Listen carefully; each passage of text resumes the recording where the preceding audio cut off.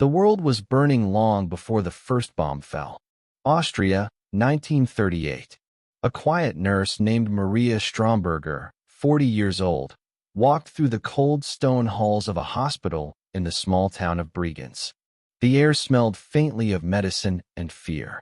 She was known for her soft voice and firm hands, a woman who could calm even the most anxious patient. When Germany annexed Austria, most celebrated. Streets filled with flags. But Maria felt something twist inside her. She saw the uniformed men walking with pride, saw how neighbors whispered, and how Jewish families suddenly disappeared overnight. At the hospital, wounded soldiers came in daily, not from war yet, but from violence. Beatings, street fights, punishments. She would stitch wounds made by the same ideology she was told to serve. "We were told it was our duty," she once wrote. But how can cruelty ever be duty? In those early years, Maria still believed she could serve her country through medicine. She joined the Red Cross, hoping to help the sick, not the regime. Her letters from 1939 show a woman torn between obedience and conscience. "I love my homeland," she wrote to her sister, "but I cannot understand what we are becoming." Then came the war. Every newspaper screamed victory. Every face on the street forced a smile. But behind closed doors, there was rationing, fear, and whispers about the camps. At first, Maria didn't believe the rumors. She thought they were exaggerations, war propaganda meant to frighten. But by 1942, patients began arriving from the east, men with burns, infected wounds, frostbite. Some whispered of trains full of people. Others spoke of gas and silence. Maria couldn't sleep anymore. She knew she had to see for herself. That decision, quiet, moral, dangerous, would lead her straight into Auschwitz. The Red Cross assigned Maria to a new post in Auschwitz, a place she had only heard of in murmurs. Officially, she was to serve as a nurse for the SS, the Nazi officers and guards. Unofficially, fate had sent her into the darkest corner of human history. As the train neared the camp, the air grew thick with smoke. From her window, she saw barbed wires stretching endlessly, guard towers silhouetted against the gray Polish sky. And that smell, heavy, sweet, unbearable, hung everywhere. When she arrived, an SS officer greeted her stiffly. "Welcome, Schwester Stromberger," he said. "You will find order here. Discipline.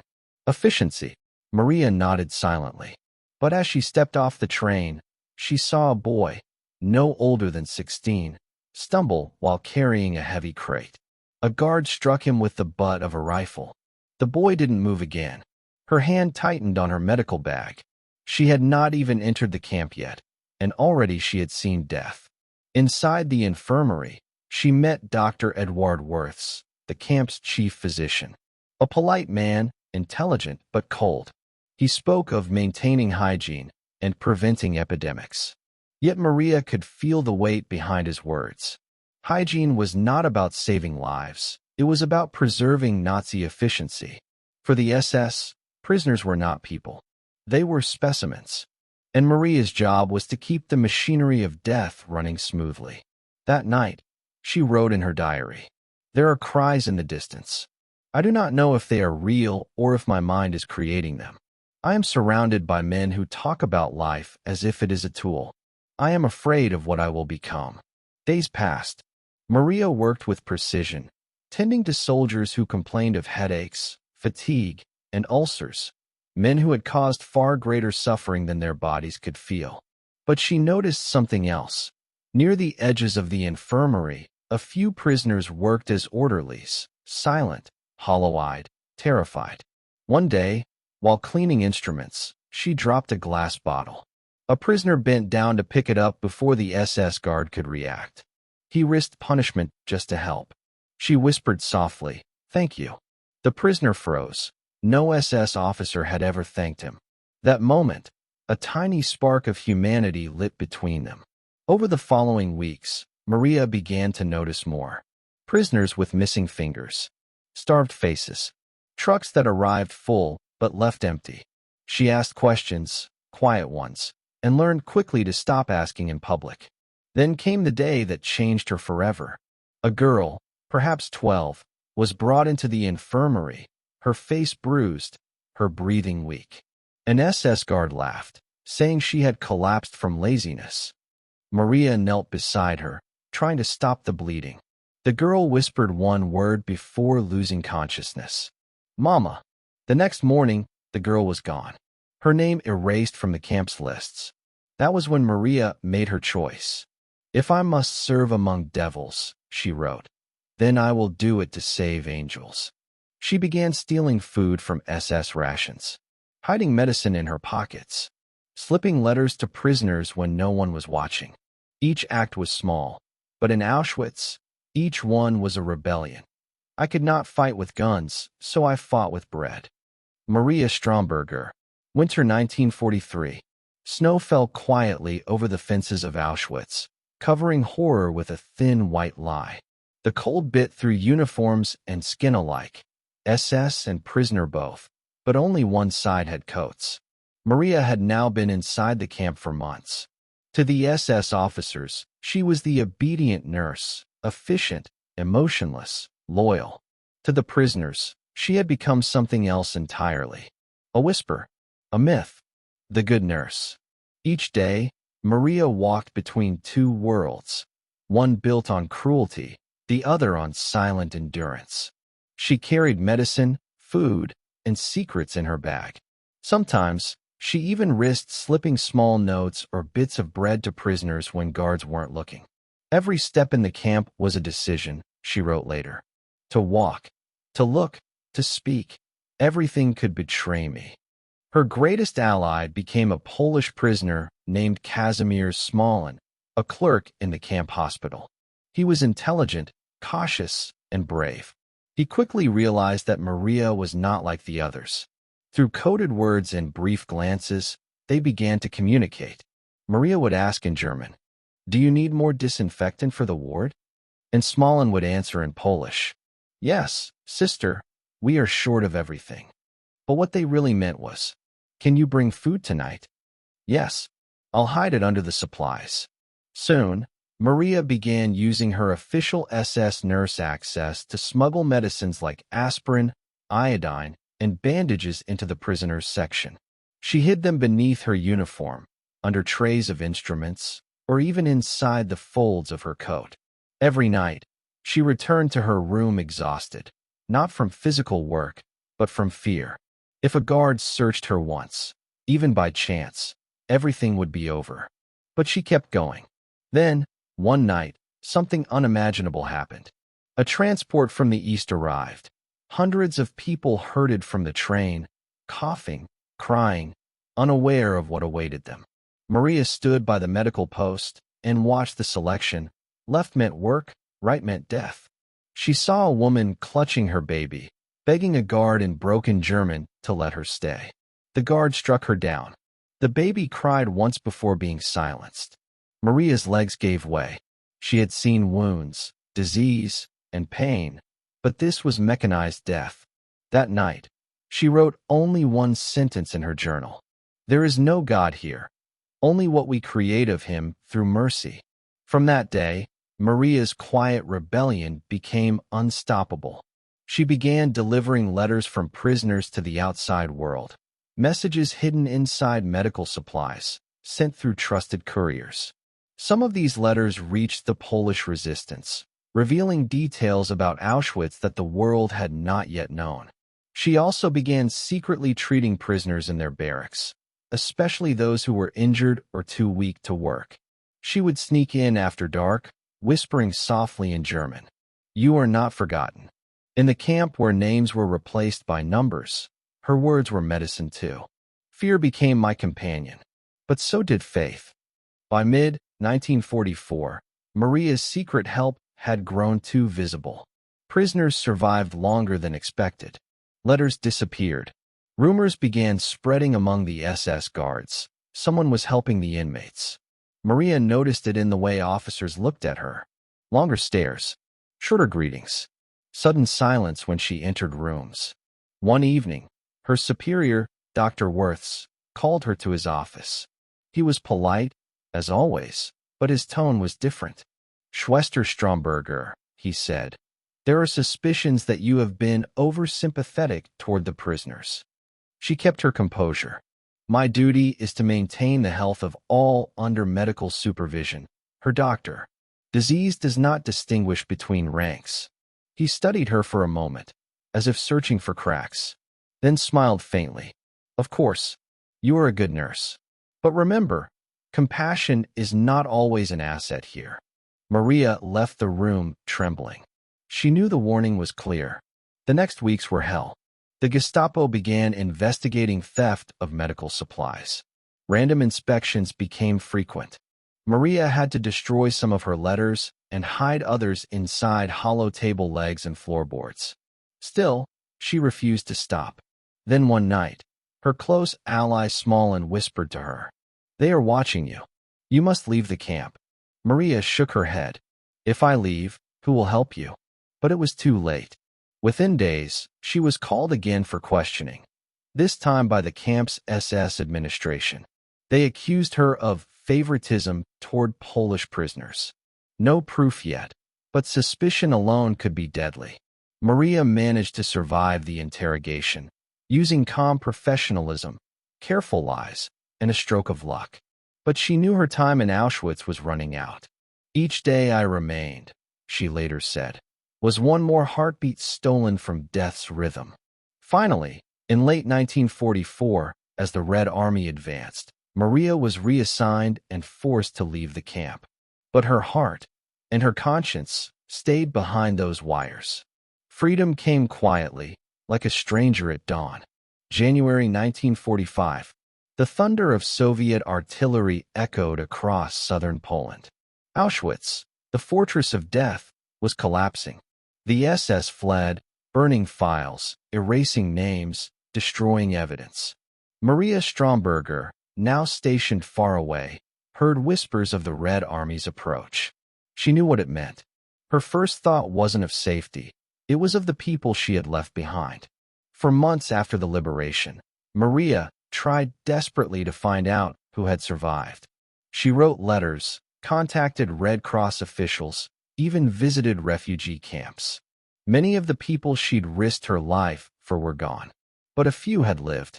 One of them was Kazimierz Smolin, her old ally. He had survived the camp and was helping document Nazi crimes for the Polish authorities. When they met again in 1946, their reunion was quiet, filled with unspoken memories. He told her, "You saved more lives than you will ever know." Maria smiled faintly. "No, Kazimierz. They saved me. They showed me what courage means." But peace didn't come easily. When post-war Austria learned she had been a nurse in Auschwitz, some people called her a traitor. Others didn't believe her story at all. "How could an SS nurse be a hero?" they said. In 1948, she was even investigated for collaboration, the irony that nearly broke her. But then, one by one, the people she'd saved came forward. Dozens of former prisoners testified in her defense. Their letters and witness statements painted her as what she truly was, a light in the darkest place on earth. Finally, the Austrian government dropped the charges. But Maria withdrew from public life. She returned to nursing quietly, refusing interviews, refusing fame. When asked why she never sought recognition, she said simply, "The dead deserve remembrance, not me." History remembers monsters easily, but it forgets the ones who fought them in silence. For decades, the name Maria Stromberger lay buried, not under the soil of war, but beneath the silence of time. When the war ended, the victors wrote their reports, the trials began, and the world pointed its finger at the guilty. The SS uniform became a symbol of hatred and evil, and anyone who had worn it was condemned by association. Even if a few had worn it to save, not to kill. Maria's quiet life continued in Austria.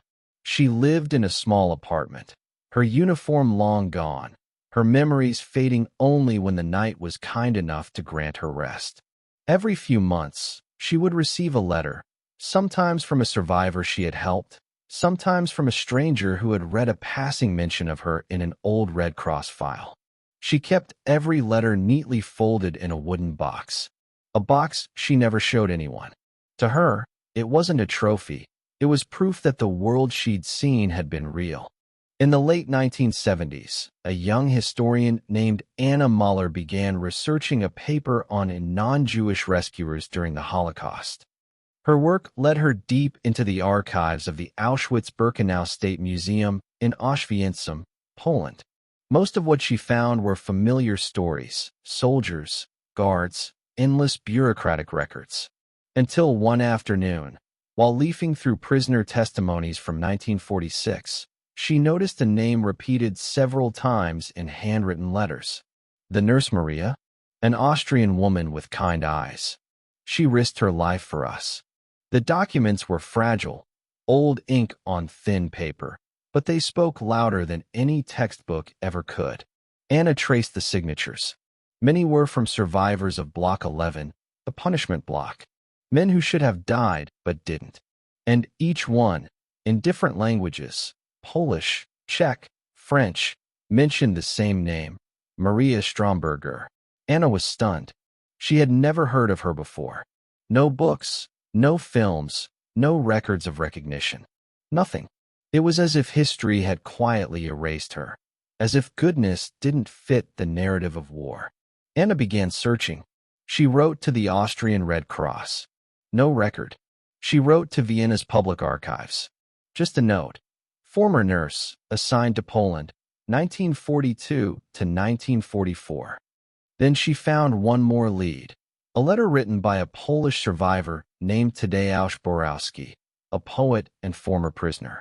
It mentioned an Austrian nurse who had helped smuggle medicine and letters from Auschwitz. The trail was clear. Maria Stromberger wasn't a myth, she was real. In early 1978, Anna traveled to Austria to find her. But when she finally arrived at Maria's last known address in Feldkirch, the door was answered by an old neighbor. "Ah, Maria," the woman said softly. "She passed away years ago. 1957, I think." Quietly. Not many came to her funeral. Anna stood there, frozen. The woman continued. "She never married. Always kind, but quiet. Never spoke about the war. Though once, I saw her crying while reading a letter." For the first time in years, Maria's story had found someone who wanted to tell it again. The neighbor led Anna to a local parish that had stored some of Maria's belongings after her death. Among them, a wooden box. Inside were dozens of yellowed letters, some in Polish, some in German, others in broken English. Each one told a piece of the story, a thank you, a memory, a plea. One letter stood out. It was from Kazimierz Smolin, dated 1948. "You were one of us, Maria. When others saw numbers, you saw people. You made us believe that not all hearts in Germany were dark." Anna felt tears roll down her cheeks as she read. She realized she was holding something sacred, the lost humanity of a time defined by cruelty. That night, in her hotel room, Anna began typing the first lines of her paper. Among the ruins of morality stood a nurse in white, risking everything to save the condemned. Her name was Maria Stromberger. The world must remember her. By 1980, Anna's article was published in a European historical journal. It wasn't flashy. It didn't make headlines. But among historians, it spread like a quiet whisper. Did you read about the Austrian nurse in Auschwitz? Soon, Polish newspapers picked it up. Then, Austrian ones. And by 1982, a small memorial article was written about her in Vienna, titled, "The Forgotten Angel of Auschwitz." Survivors began to write letters again. Some sent photos, others wrote memories. One, an elderly man named Joseph, sent a single sentence. "When everyone saw the devil in us, she reminded us of God." Maria was no longer a ghost in history. She was becoming a symbol of moral defiance. The more people read about her, the more they wanted to know. Teachers began mentioning her story in classrooms. The Auschwitz Museum added her name to a section honoring non-Jewish rescuers. In Austria, A local filmmaker even proposed a short documentary, calling her the nurse who healed a wound no medicine could reach. But for Anna Muller, the historian who found her, Maria became something more personal, a reminder that history isn't just dates and battles. It's people, choices, courage. In an interview years later, Anna said, "Maria Stromberger taught me that heroism doesn't always carry a gun. Sometimes it carries a bandage." The discovery of Maria Stromberger's story did not just ripple through archives. It began to ripple through people's lives. Anna Muller could feel it. Every historian she spoke to, every letter she received from distant corners of Europe, carried the same astonishment. How could someone so quietly heroic have been forgotten? How could the world overlook such courage? For Anna, the letters were not just documents. They were living voices. Each word from Maria's past seemed to reach across decades, whispering truths that had been buried beneath rubble and silence. Publishing her article had opened a door, but it also opened a responsibility Anna had never anticipated. She received letters from scholars, journalists, and even strangers who had heard of Maria. Many asked, why wasn't she recognized earlier? Did the world ever know what she did? Anna often found herself staring at her typewriter late at night, thinking about Maria's choices, the quiet defiance, the small acts that carried unimaginable risk. The risk of punishment, of suspicion, of being erased entirely if anyone discovered her compassion. She began to understand something profound. Heroism isn't always loud. Sometimes it is so quiet that history almost forgets it, but those who feel its echo never do. By the early 1980s, a small but dedicated network of historians, survivors, and journalists had formed around Maria's story. They called themselves the Circle of Remembrance. Their mission was simple: ensure that Maria Stromberger and others like her were never forgotten again. Anna traveled from city to city, Warsaw, Vienna, Prague, meeting survivors who had letters in attics, diaries tucked into drawers, photographs hidden in shoeboxes. One by one, they shared their stories of Maria. There was Helena, a former nurse from Poland, who recounted how Maria had secretly treated prisoners suffering from typhus, risking her own safety every time she carried medicine through the camp. There was André, a French survivor, who recalled how Maria had smuggled letters for months, bridging families torn apart by war. Each account built the portrait of a woman who had lived in plain sight, yet wielded courage invisible to most. Despite growing awareness, official recognition was slow. Governments hesitated. Awards were given only after meticulous verification. Some questioned whether her actions, performed while in uniform, could truly be counted as defiance. Anna understood the frustration. To her, Maria's bravery was beyond debate. It was moral clarity in the midst of chaos. Still, she knew that the world often needed proof, dates, documents, even bureaucratic stamps, before it could honor such deeds. So Anna and the Circle of Remembrance began a meticulous campaign, compiling survivor testimonies, reproducing letters, photographing relics, and presenting evidence at conferences. Slowly, the tide began to turn. In 1985, a small ceremony took place in Vienna. A simple plaque was placed in a public park near Maria's old apartment. Inscribed in German and English were the words, "In memory of Maria Stromberger, a nurse whose courage reminded us that humanity can survive even in the darkest hours." It was not grand, nor widely publicized, but for Anna, it was a victory. She imagined Maria's quiet smile, as though approving from wherever she now rested. Letters poured in from survivors who had never met Anna but had known Maria. One reads simply, "You have given her life again. Thank you." Anna felt a pang of bittersweet joy. Maria herself would never witness this recognition, but perhaps that had been her way all along, to save others without seeking glory. By the late 1980s, Maria's story began to inspire a new generation. Students cited her courage in essays. Teachers used her life as an example of moral choice. Plays were written, documentaries proposed. Her wooden box of letters had become more than a container of memories.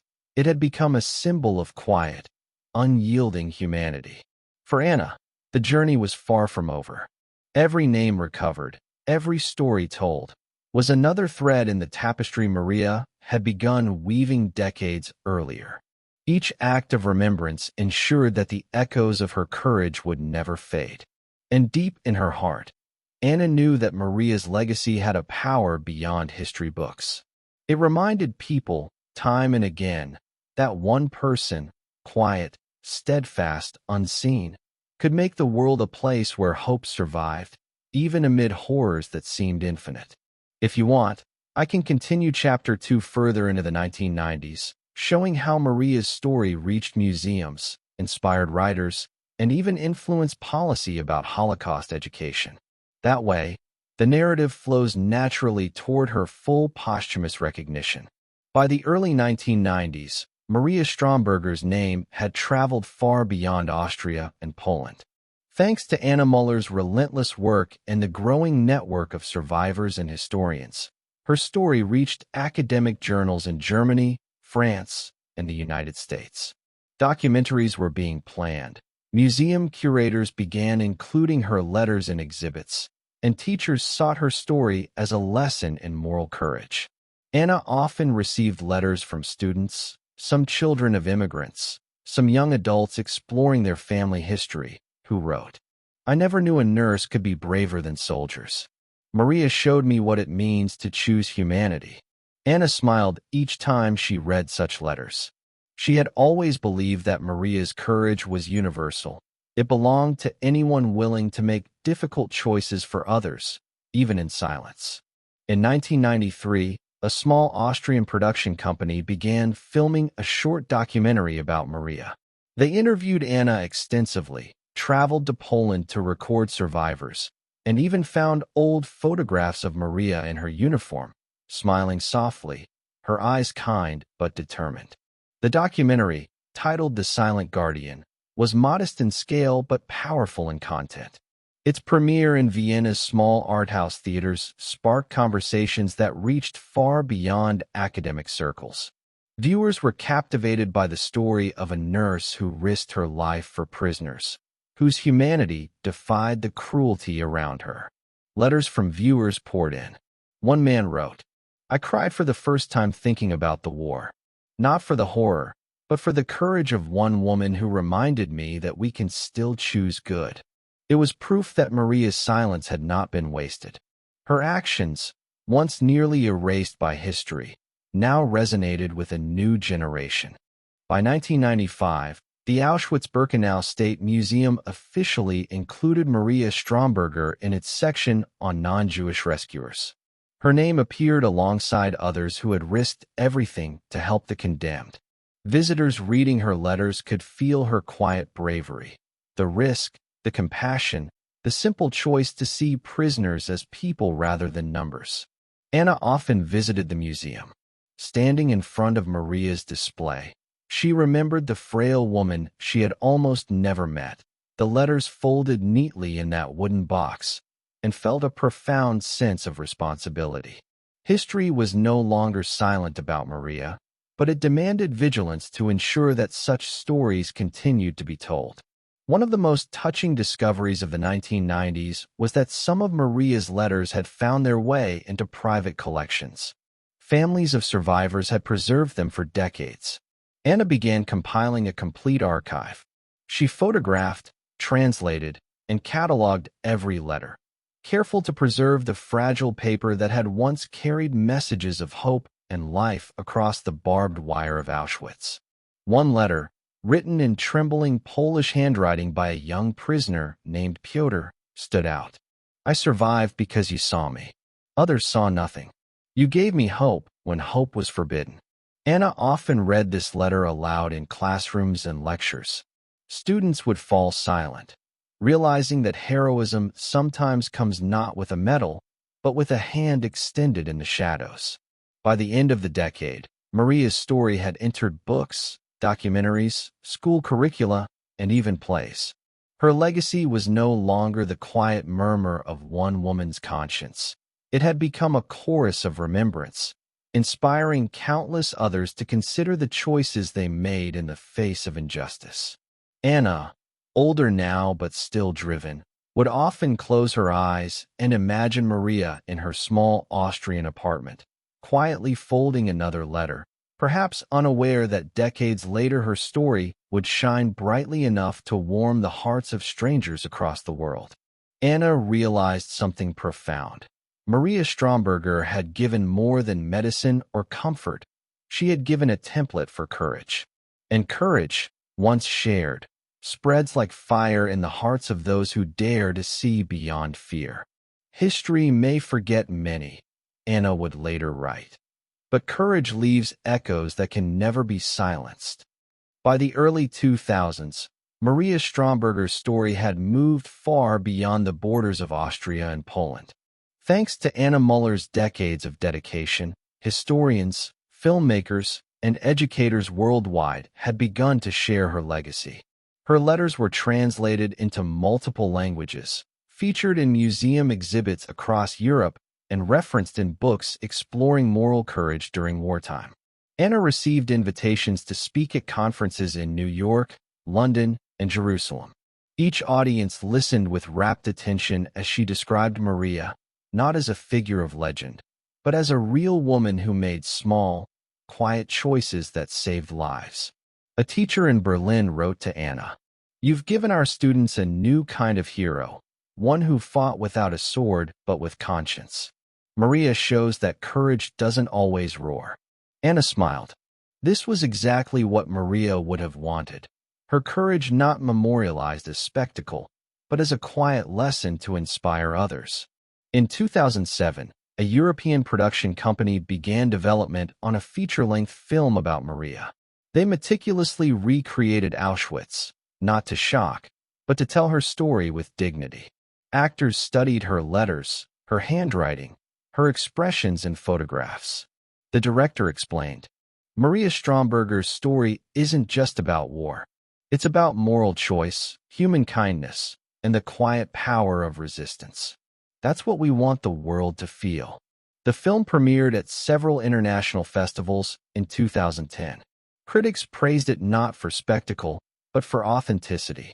Audiences were moved by the depiction of a nurse whose simple acts of humanity defied cruelty, demonstrating that heroism doesn't always need fanfare to resonate. Letters flooded in from survivors and their descendants, many sharing stories of Maria that had never reached Anna. Each one reinforced a truth Anna had long known. Maria's courage had rippled far beyond her own lifetime. By 2012, multiple memorials honoring Maria were established. In Vienna, a public garden bore her name, with a small plaque quoting one of her letters. "When others saw numbers, I saw people." At the Auschwitz-Birkenau Museum, her letters were digitized and displayed online, accessible to anyone who wanted to learn about the quiet bravery that had once saved lives in Block 11. In Poland, a scholarship was created for students studying humanitarian work, named the Maria Stromberger Award, ensuring her legacy would inspire action as well as reflection. Anna attended many of these ceremonies, often speaking softly about the importance of remembering those who acted without expectation of recognition. By 2015, Maria's story had become part of school curricula in Austria, Germany, and Poland.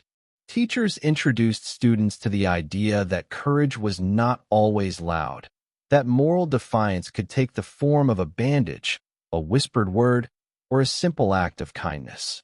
One Austrian student wrote to Anna, "Maria Stromberger taught me that even if I feel powerless, I can still make a difference. I will never forget her."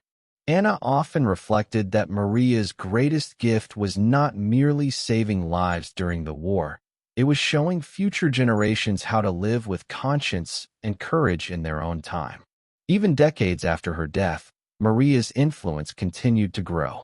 Scholars cited her as a moral exemplar. Museums included her story alongside global narratives of resistance. Filmmakers, and authors drew inspiration from her quiet defiance.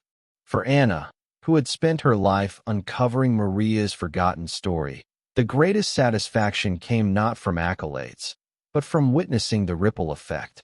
Lives changed, hearts moved, courage ignited. Maria Stromberger didn't need recognition, Anna once said in an interview. She needed only to act. And because she did, the world now remembers that one person's quiet bravery can echo through time.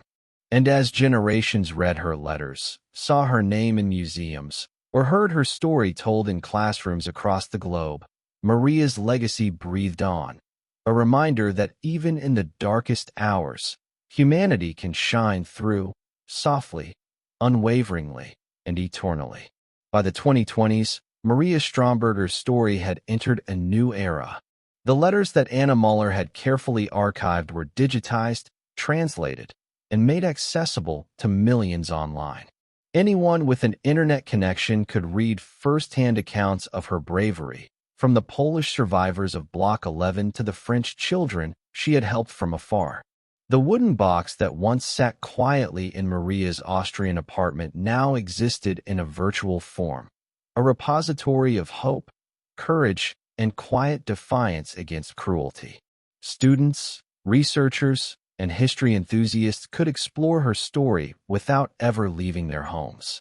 Anna, now older and reflective, often logged in to read comments from people around the world. I never knew one person could have such an impact. Maria showed me that helping someone isn't about recognition. It's about humanity. I cried reading these letters. We need more Marias today. Her story, once nearly erased, had found immortality in the most modern of ways, the global consciousness. Schools and universities began incorporating Maria's letters into online history courses. Teachers used her story to teach not only the Holocaust, but also the principles of ethical decision-making and moral courage. A digital exhibition created in 2022 allowed students to follow Maria's journey, reading letters as if they were unfolding them for the first time in her small Austrian apartment. Videos, 3D recreations, and survivor testimonies created an immersive experience. One student, writing an online essay, reflected, Maria Stromberger didn't fight with weapons. She fought with empathy. In a world still full of cruelty, her choices inspire me to act, even in small ways. For Anna, it was both humbling and heartening. The quiet nurse who had lived in near anonymity for decades was now a beacon of moral clarity for a digital generation. Documentaries, films, and podcasts continued to explore Maria's story. Social media platforms highlighted her courage in viral campaigns, celebrating unsung heroes of history. Even interactive apps allowed users to trace her journey through Auschwitz, discovering the risks she took to save lives, all in an educational, yet deeply emotional format. Institutions worldwide began recognizing Maria in tangible ways. In 2023, a permanent exhibition in Vienna displayed replicas of her letters alongside interactive screens sharing survivor accounts. In Warsaw, an educational center created a program named Maria's Hands, teaching humanitarian service and nursing skills to young people. Universities offered scholarships in her name for students pursuing careers in medicine, social work, and humanitarian aid.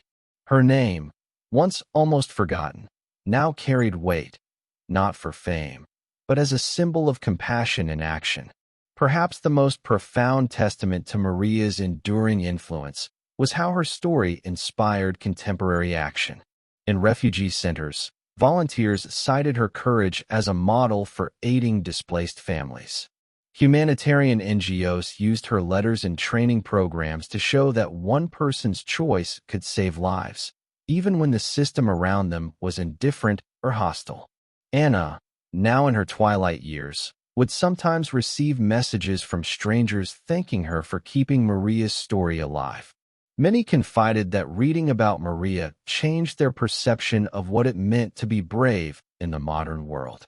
Courage is contagious, Anna wrote in a reflective essay. And Maria Stromberger's quiet acts remind us that one person, armed only with conscience and compassion, can echo across generations. Even today, Maria's story continues to inspire. Her letters, her actions, and her quiet heroism resonate not just in history books, but in classrooms, online platforms, and the hearts of people striving to make the world better. Anna often thought about Maria sitting in her small apartment decades earlier, unaware that her small acts of kindness would one day grow into a global movement. She realized that this was Maria's true legacy, not fame, not recognition, but the enduring power of human goodness. And as new generations discover her story, ask questions, and carry lessons into their own lives, the echoes of Maria Stromberger's courage continue to ripple, quietly but irresistibly, across time and space. History may remember monsters easily, Anna wrote in her final reflections, but the brave, even those who fought in silence, leave a light that never fades. Epilogue: the light that never fades. History is often remembered in grand battles, towering monuments, and the names of rulers and conquerors. Yet, sometimes, the most profound courage is quiet. It is the courage of a nurse folding a letter in a small Austrian apartment, of someone who saw a human being when the world saw only a number. Maria Stromberger's story reminds us that heroism does not always roar. It whispers. It comforts. It heals. It risks everything without seeking recognition. Her life teaches us that even in the darkest hours, one act of compassion can save not just a life, but the soul of humanity itself. The letters she left behind, once tucked away in a wooden box, now speak to millions. They tell of choices made in fear and danger, of kindness given freely, of hope nurtured against all odds. They remind us that goodness, no matter how quiet, leaves echoes across generations. Anna Muller, who devoted decades to uncovering Maria's story, often reflected on a simple truth. We do not remember only the wars and monsters. We remember the light that shone in the darkness. Maria Stromberger was that light. And so, the nurse who lived in silence, whose deeds were almost erased by time, now lives in hearts across the world. Students read her letters. Museums honor her courage. Humanitarians take inspiration from her choices. And anyone who learns her story carries a piece of her bravery with them. In the end, Maria's life shows us that the quietest heroes often leave the loudest legacy. That one person, armed only with conscience, compassion, and courage, can change the course of countless lives. History may forget many, but Maria Stromberger will never be forgotten, because true courage, once lived, never dies.